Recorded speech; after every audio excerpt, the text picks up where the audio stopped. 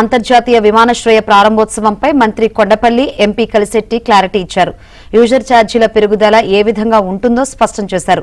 ఉత్తరాంధ్ర జిల్లాల నుంచి విమాన ప్రయాణికులు భోగాపురం చేరుకోవడానికి ప్రభుత్వం ఏ తరహా ఏర్పాట్లు చేస్తుందో ఏబిఎన్ కు వివరించారు. మరిన్ని వివరాలు మా ప్రతినిధి శ్రీనివాస్ అందిస్తారు.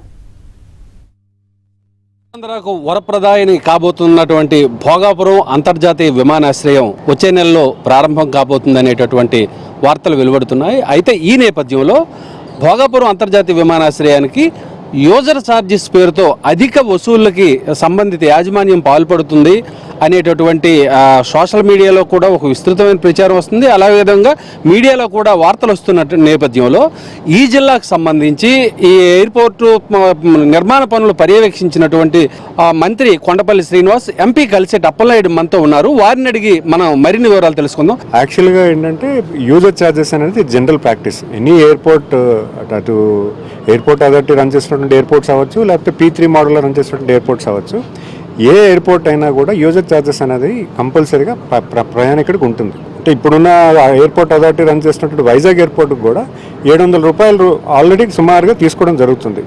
అయితే ఇప్పుడున్నటువంటి ఎయిర్పోర్ట్, ఇప్పుడు భోగాపురం ఎయిర్పోర్ట్ వస్తుంది, ఓపెన్ అవుతుంది కాబట్టి దానికి కూడా ఈ రెగ్యులేటరీ అథారిటీ అనేది ఒక ప్రైస్ ఫిక్స్ చేయడం జరిగింది. సుమారు 850 రూపీస్ అనేది వాళ్ళ ప్రతిపాదన.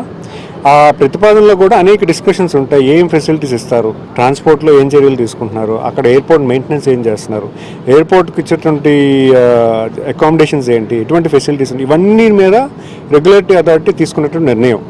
ఎందుకంటే ఈ ఫెసిలిటీస్ బేస్ చేసుకుని ఇప్పుడు ప్రయాణికులు ఎవరు వెళ్ళినా కూడా కనీస వసతులు అనేది అక్కడ ప్రొవైడ్ చేసిన బాధ్యత ఎయిర్పోర్ట్కి ఉంటుంది. ఆ వసతులు బేస్ చేసుకునే ఈ యూజర్ ఫీ అనేది డిఫైన్ అవుతుంది. ఈరోజు చూసుకుని ఏ ఎయిర్పోర్ట్ అయినా కూడా మీరు ఫ్లైట్ టికెట్ కొనేటప్పుడు ఏ ఎయిర్పోర్ట్ అయినా కూడా గవర్నమెంట్, సెంట్రల్ గవర్నమెంట్ రన్ చేసినటువంటి ఎయిర్పోర్ట్ అథారిటీ రన్ చేసినటువంటి ఎయిర్పోర్ట్ అయినా, P3 మోడల్లో ఇప్పుడు గ్రీన్ఫీల్డ్ ఎయిర్పోర్ట్స్ ఏవైనా కూడా ఈరోజు ఒక యూజర్ ఫీ అనేది చేయడం అనేది కామన్ ప్రాక్టీస్.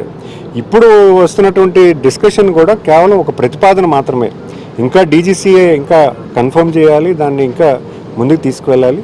సో ప్రజలందరికీ కూడా ఒకటే రిక్వెస్ట్ చేస్తున్నాను, ఇది కొత్తగా తీసుకొచ్చినటువంటి యూజర్ ఫీ అని కాదు.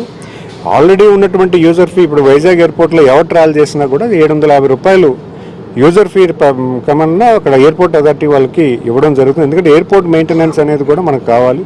ఇప్పుడు ఎయిర్పోర్ట్ మెయింటెనెన్స్ అనేది అక్కడ ఉన్నటువంటి ఎయిర్పోర్ట్కి ప్యాసింజర్ ఇచ్చేటువంటి ఫీ అది. ఇప్పుడు వాళ్ళు బ్యాగేజ్ హ్యాండ్లింగ్ కానీ, వచ్చిన ఇంటర్నేషనల్ ఎయిర్పోర్ట్స్ అయితే ఇమిగ్రేషన్ హ్యాండ్లింగ్ కానీ, ఇవన్నిటికి కూడా సస్టైనబుల్ మోడల్కి రావడానికి ఎప్పటి నుంచి ఉన్నటువంటి పాలసీ ఇది, ఇప్పుడు కొత్తగా తీసుకొచ్చినటువంటి పాలసీ కాదు. ఇప్పుడున్నటువంటి రెగ్యులేటరీ అథారిటీ అనేది భోగాపురంకి ఎక్కువ ఫెసిలిటీస్ క్రియేట్ చేస్తున్నారు కాబట్టి ఎక్కువగా ఒక 850 రూపీస్, 750 నుంచి ఒక 850 రూపీస్ ఇస్తే బాగుంటుందని ఒక ప్రతిపాదన జరిగింది. దానికి ఇంకా నిర్ణయం అనేది ఇంకా పెండింగ్గా ఉందని తెలియజేస్తాం. రోడ్డు కనెక్టివిటీ అంతా కూడా పూర్తయిపోయే అవకాశాలు ఉన్నాయంటారా?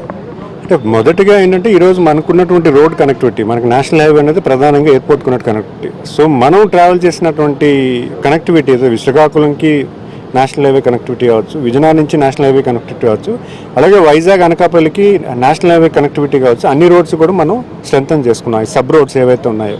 ఎంపీ గారు మీరు చెప్పండి, జూలై 5వ తేదీన విమానాశ్రయం ఓపెన్ అవుతుందని, ప్రధానమంత్రి చేస్తారని కొన్ని విమానయాన సంస్థలు కూడా ఇప్పటికీ ఆల్రెడీ ప్రకటించున్నాయి. అయితే ఇంతవరకు అక్కడ ఆ దిశగా ఏమైనా హడావిడి కూడా ఏమీ జరగట్లే. ఎప్పుడు ప్రారంభం అవుద్ది అనేటటువంటి క్లారిటీ ఏమైనా ఉందా? ఆల్మోస్ట్ ఆల్ జూలై 7కి ఒక ఇన్ఫర్మేషన్ ఏంటంటే, జూలై 7కి PM గారు దగ్గరికి వెళ్ళి అన్ని కంప్లీట్ అయ్యని చెప్పేసి వారికి ఇన్ఫర్మేషన్ ఇస్తారు రాష్ట్ర ప్రభుత్వం నుంచి.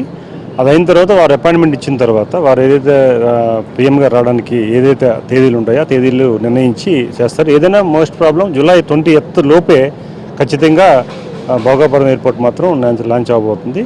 ఇది మాకు ప్రాథమిక సమాచారం తెలియజేసుకుంటాం. ప్రధానమంత్రి కార్యాలయం దాన్ని తేదీల్ని ఆమోదించవలసినటువంటి నేపథ్యం ఉందని చెప్తున్నారు. అదేవిధంగా కూటమి ప్రభుత్వం సాధించినటువంటి ఈ ఘనతను కేంద్ర మంత్రి రామ్మోహన్ నాయుడుతోనే జిల్లా మంత్రి కొండపల్లి శ్రీనివాస్తో కలిసి ఎంపీ కలిశెట్టి అప్పలనాయుడు, మిగిలిన శాసనసభ్యులు, కూటమి పార్టీ నాయకులందరూ కలిసి విస్తృతమైనటువంటి ఆ ప్రచారం అయితే ఇది తమ పార్టీ ఘనతని చెప్పడం అయితే జరుగుతుందని వారు స్పష్టం చేయడం జరిగింది. విజయనగరం తెలుగుదేశం పార్టీ కార్యాలయం నుండి వీడియో జర్నలిస్టు సుధీర్తో Srinivas, ABN news, Vizianagaram. Over to Hyderabad studios.